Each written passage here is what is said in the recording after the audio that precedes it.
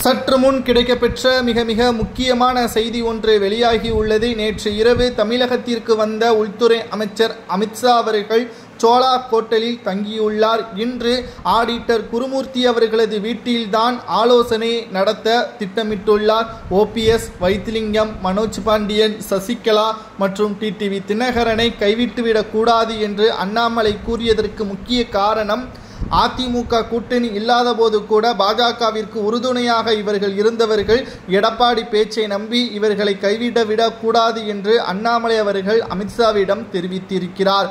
அது மட்டுமல்ல, எடப்பாடி பழனிசாமி அவர்கள் அண்ணாமலையின் பதவியை மாற்ற வேண்டும் என்ற முதலாவது கோரிக்கையையும் அமித்ஷா அவர்களிடம் மார்ச் 25ஆம் தேதியே டெல்லியில் சந்திப்பின் பொழுது தெரிவித்திருந்தார். அதற்காகத்தான் அண்ணாமலையின் பதவி பறிக்கப்படுவதாக பல்வேறு பரபரப்புகளும் தமிழ்நாட்டில் ஏற்பட்டது. ஆனால் நேற்று தமிழக பாஜக தலைவராக பொறுப்பேற்க வேண்டும் என்றால் 10 ஆண்டுகள் பாஜகவின் உறுப்பினராக இருக்க வேண்டும் என்று அறிவிப்பும் வெளியானது. இதனால் அதிமுகவில் இருந்து வந்த நயினார் நாகேந்திரன் தலைவராக பொறுப்பேற்க முடியாது என்ற தகவலும் தற்பொழுது கிடைக்கப்பெற்றுள்ளது.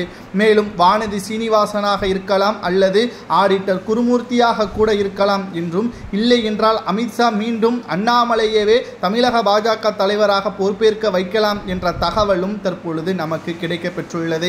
ஆனால் அண்ணாமலை அவர்கள் முக்கியமாக ஆதரவு கொடுப்பது எடப்பாடிக்கு கிடையாது, ஓபிஎஸ்ஸிற்குத்தான். தென் மாவட்டங்கள் முழுவதும் ஓபிஎஸ்ஸிற்குத்தான் ஆதரவாக இருக்கிறது. சசிகலா, டிடிவி தினகரன், ஓபிஎஸ் இவர்கள் 3 நபர்களையும் கைவிட்டுவிடக் கூடாது. பாஜக அதிமுகவிற்கு எதிராக இருந்த பொழுதும் கூட ஒட்டுமொத்த ஆதரவுகளையும் பாஜக வெற்றியடைய வேண்டும் என்று மக்களவை தேர்தலின் பொழுது வேலை செய்தவர்கள். இவர்களை கைவிட்டால் நிச்சயம் அதிமுக கூட்டணி எடப்பாடி பழனிசாமி தலைமை ஏற்றுக்கொண்டால் இவர்களது ஆதரவாளர்கள் பாஜகவிற்கோ அல்லது அதிமுகவிற்கோ ஓட்டுக்களை செலுத்த மாட்டார்கள் என்பதை அண்ணாமலை அவர்கள் அமித்ஷா அவர்களிடம் தெரிவித்துவிட்டார். இன்று நடைபெறக்கூடிய ஆடிட்டர் குருமூர்த்தி அவர்களது வீட்டில் ஓபிஎஸ்ஸிற்கு ராஜ மரியாதை வழங்கப்படும் என்றும், எடப்பாடி பழனிசாமி அவர்களிடம் ஓபிஎஸ்ஐ பற்றி தான் முழுமையாக பேச உள்ளதாகவும் தற்பொழுது தகவல்கள் நமக்கு கிடைக்கப்பெற்றுள்ளது.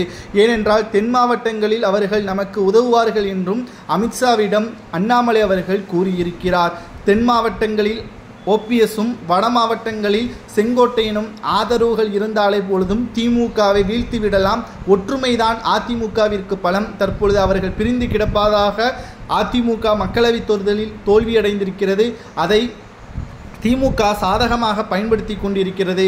அண்ணாமலை அவர்கள் கூறுவது சரிதான் என்பதை அமித்ஷா அவர்கள் கூறியிருப்பதாகவும், இன்று மாலைக்குள் ஓபிஎஸ்ஸிற்கு மிக முக்கியமான பதவி அதிமுகவில் கிடைக்கும் என்றும் கூறப்படுகிறது. அண்ணாமலை கூறுவது சரியா தவறா என்பதை கூறுங்கள்.